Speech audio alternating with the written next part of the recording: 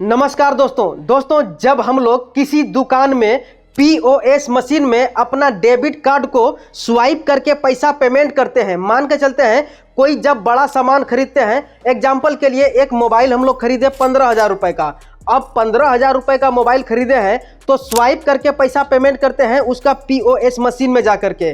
तो हमारे bank account में पैसा अगर रहता है तो उसके पीओएस मशीन में स्वाइप करने के बाद पैसा पेमेंट होता है, पेमेंट सक्सेसफुल होता है। अगर हमारे बैंक अकाउंट में पैसा नहीं रहता है भाई तो पेमेंट नहीं होता है। तो क्या कभी आप सोचे हैं कि वो जो पीओएस मशीन है दुकानदार के पास, उस दुकानदार का पीओएस मशीन को पहले से मेरे बैंक अकाउंट के बारे में मालूम है कि मेरे बैंक अकाउंट में पैसा है कि नहीं है? ऐसा कुछ भी नहीं है, ठीक है। तो हम लोग जब पेमेंट करते हैं तो इसके पीछे का क्या स्ट्रेटजी चलता है, क्या फॉलो चलता है, कितना स्टेप होता है, सब चीज बताएंगे। आखिर में भाई कोई ना कोई तो तिगड़मबाजी होगा ना, कोई ना कोई नेटवर्क तो बना होगा ना, जब भी तो पेमेंट हो पा रहा है। तो सब कुछ बताएंगे भाई। अगर आपके मन में भी ऐसा जिज्ञासा है इस नॉलेज को पाने के लिए तो बिल्कुल सटीक वीडियो को आपने क्लिक किया है। तो चलिए इस वीडियो में बिल्कुल सिंपल तरीके से बताएंगे भाई, और बहुत ही ज्यादा इंटरेस्टिंग वीडियो है। मैंने बहुत दिन से सोच रहा था इस टॉपिक को कवर करूं, लेकिन मेरे को टाइम नहीं मिल रहा था भाई, इसलिए मैं कवर नहीं कर पा रहा था। चलिए ध्यान दीजिए। देखिए मान के चलते हैं एक आदमी है, ठीक है। इस आदमी का नाम हम कुछ रख लेते हैं, मान लिए इसका नाम है मोहन। ये बेलचट्टा का क्या नाम है भाई? मोहन, ठीक। अब इस मोहन ने एक अपना बैंक में अकाउंट खुलवा के रखा है, और जिस बैंक में अकाउंट खुलवाया है मान के चलते हैं यह यूको बैंक में इसने अकाउंट को खुलवा के रखा है। मोहन का एक अकाउंट है यूको बैंक में, और ये मोहन क्या किया है, यूको बैंक से एक कार्ड लिया है, एक कार्ड लिया है, डेबिट कार्ड, ठीक है। एक कार्ड लिया है, डेबिट कार्ड, ध्यान दीजिएगा। और ये जो डेबिट कार्ड है भाई, ये डेबिट कार्ड किस नेटवर्क का है? तो रुपे का है, RUPAY, रुपे। सब कुछ बताएंगे, घबराना बिल्कुल नहीं है भाई, एकदम मजा आएगा आज के वीडियो में, ठीक है। मोहन ने यूको बैंक में अपना एक खाता खुलवाया है, अकाउंट खुलवाया है, और खाता के साथ जो है एक डेबिट कार्ड लिया है, जिसे एटीएम कार्ड बोलते हैं। एटीएम कार्ड, डेबिट कार्ड हम लोग बोलते हैं, ठीक है। एटीएम कार्ड अलग होता है, डेबिट कार्ड अलग होता है, याद रखिएगा। लेकिन सब कोई क्या बोल देता है?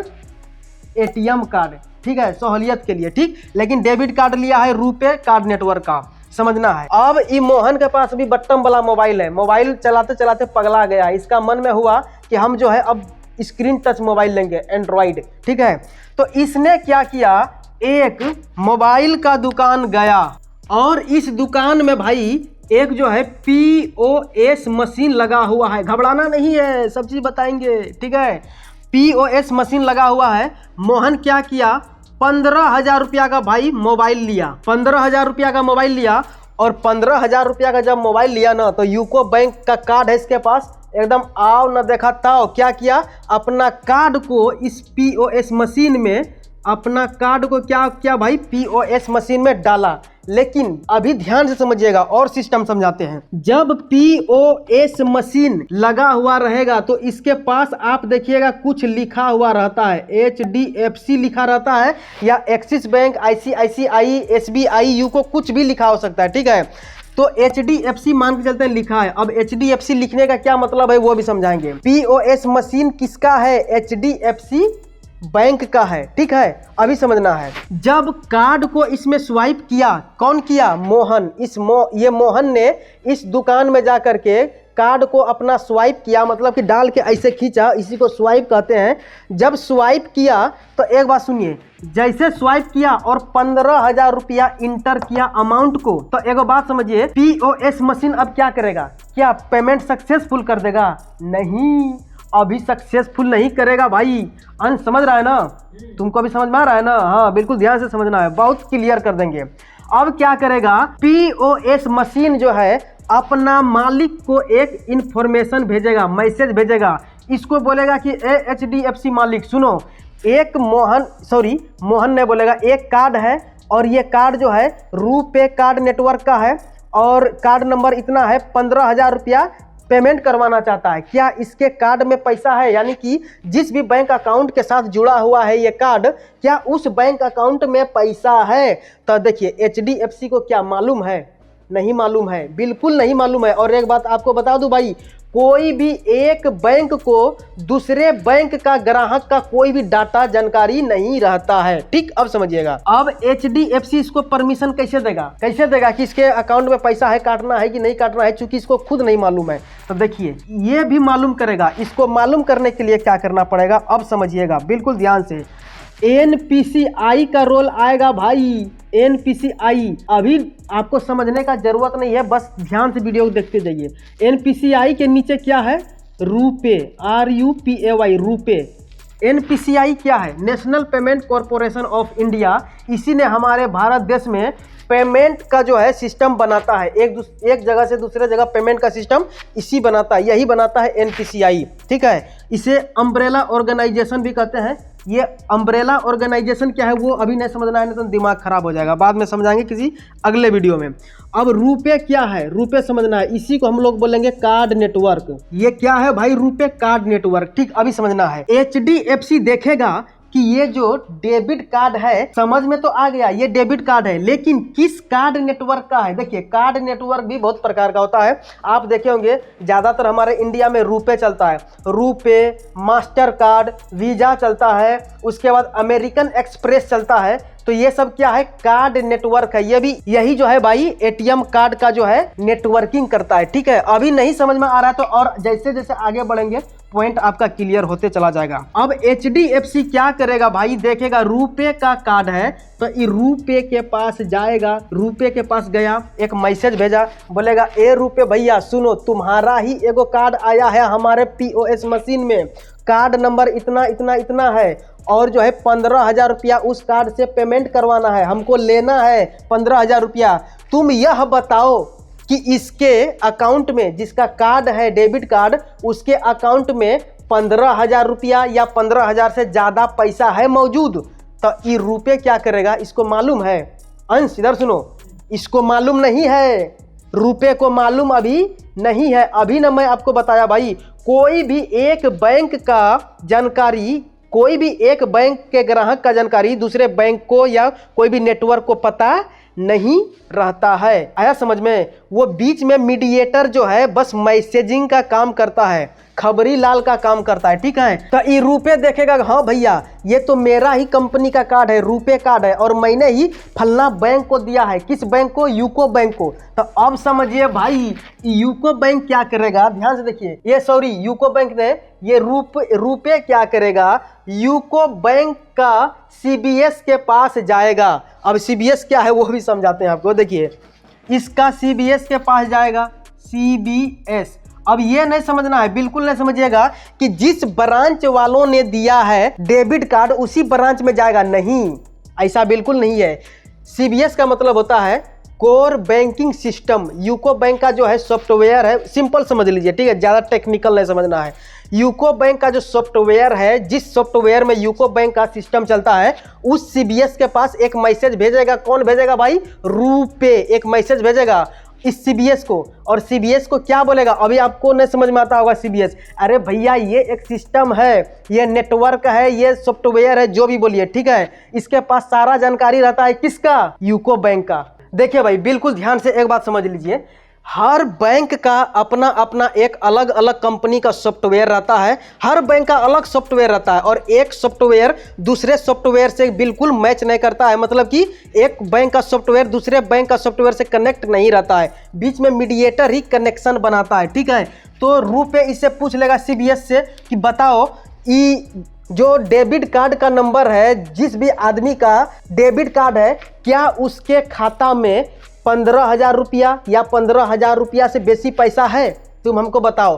तो इसको तो मालूम है भाई इसमें पैसा है कि नहीं है। ठीक है, तो देख लेगा, चेक कर लेगा अपना सिस्टम में। जैसे देखेगा कि हाँ भैया इसमें तो बहुत पैसा है, 70,000 रुपया है, अभी तुरंत ही खेत बेच के पैसा जमा किया है 70,000 रुपया मजाक किए, ठीक है, ऐसा होता है हमारे गांव घर में अक्सर। अब CBS क्या करेगा भाई, जैसे कन्फर्मेशन मिला इसको कि हाँ पैसा है, तो तुरंत क्या करेगा, रुपये को बोल देगा हाँ भाई पैसा है, बहुत पैसा वाला है मोहन। ठीक है, अब क्या करेगा रुपये, इसको तो पता चल गया कि हाँ भैया पैसा है इसके अकाउंट में, बस तुरंत फटाक से HDFC को क्या करेगा, बोल देगा हाँ हाँ हाँ ये मोहन के अकाउंट में, ये मोहन नहीं बोलेगा, हम एग्जांपल के लिए बता रहे हैं, आपने जिसका रिक्वेस्ट भेजा है उसके अकाउंट में पैसा बिल्कुल है भाई, ठीक है, तो आप ले सकते हो पैसा।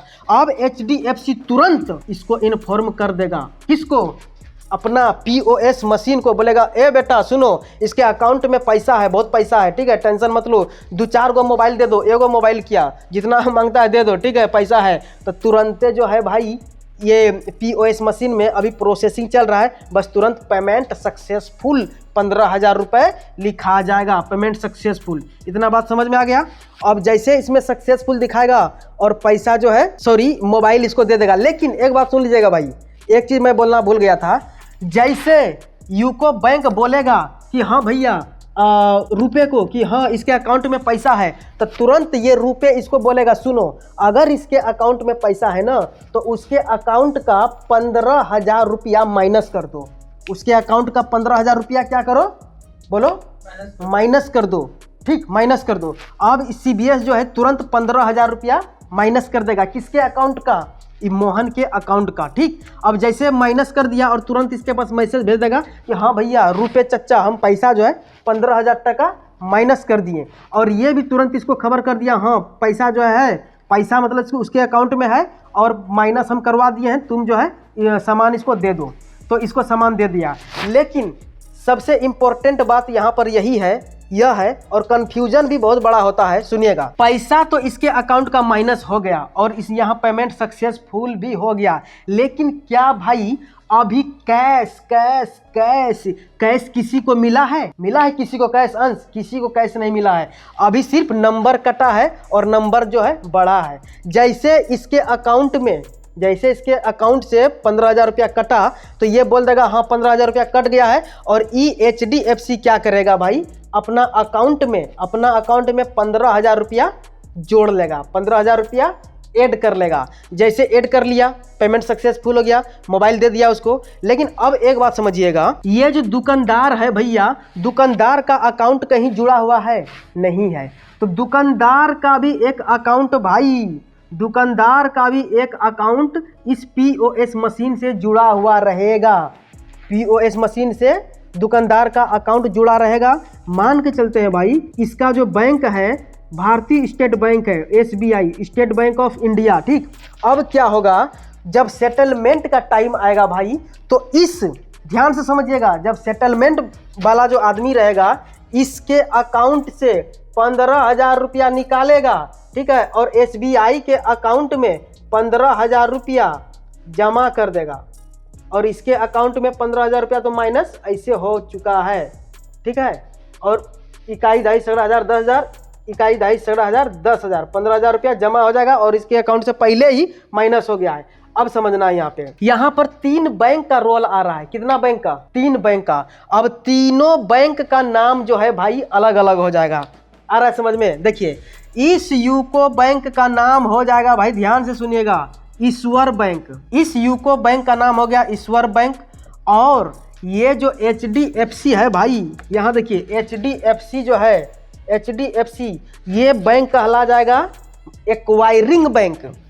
ये क्या हो गया, एक्वायरिंग बैंक, अभी भी समझाएंगे, टेंशन नहीं लेना है। और भैया हाई जो SBI है, ये SBI किसका है, SBI बैंक किसका है, इस दुकानदार का, मोबाइल का दुकानदार का, मोबाइल बेचने वाले दुकानदार का SBI है। ये कहलाएगा बेनिफिशियरी बैंक, ये कहला जाएगा बेनिफिशियरी बैंक। ए भैया आपके मन में चलेगा कि ये यूको बैंक ईश्वर बैंक, HDFC एक्वायरिंग बैंक और ये SBI बेनिफिशियरी बैंक, ये क्या लफड़ा है, अभी आपको समझाते हैं। देखिए, यूको बैंक ईश्वर बैंक, ईश्वर मतलब यहाँ पे ईशु इसलिए नाम है कि कार्ड किसने दिया है, डेबिट कार्ड किसने दिया है मोहनवा को, यूको बैंक ने दिया है, यूको बैंक ने दिया है मोहन को डेबिट कार्ड। तो देने वाला आदमी क्या कहला जाएगा, इशू, जारीकर्ता। जारीकर्ता कौन है, यूको बैंक। आ गया समझ में। अब समझना है एक्वायरिंग बैंक। एक्वायरिंग मतलब यह हुआ HDFC ने अपना मशीन लगाया है POS। अब POS का पूरा नाम होता है point of sale, point of sale, ठीक है। तो पॉइंट ऑफ सेल किसका है, HDFC का। मतलब कि HDFC कंपनी ने, कंपनी समझिए, बोलिए बैंक बोलिए, जो बोलिए, HDFC बैंक ने लगाया है POS मशीन, इसलिए एक्वायरिंग बैंक HDFC हुआ। और बेनिफिशियरी मतलब क्या हुआ, जिसके पास पैसा आया, जिसके अकाउंट में लास्ट में पैसा आया, तो वो कहलाया बेनिफिशियरी बैंक। पैसा किसके पास जाना है तुम बताओ अंश, किसके पास जाना है? फाइनल पैसा दुकानदार के पास। और पैसा किसके अकाउंट से कटना है?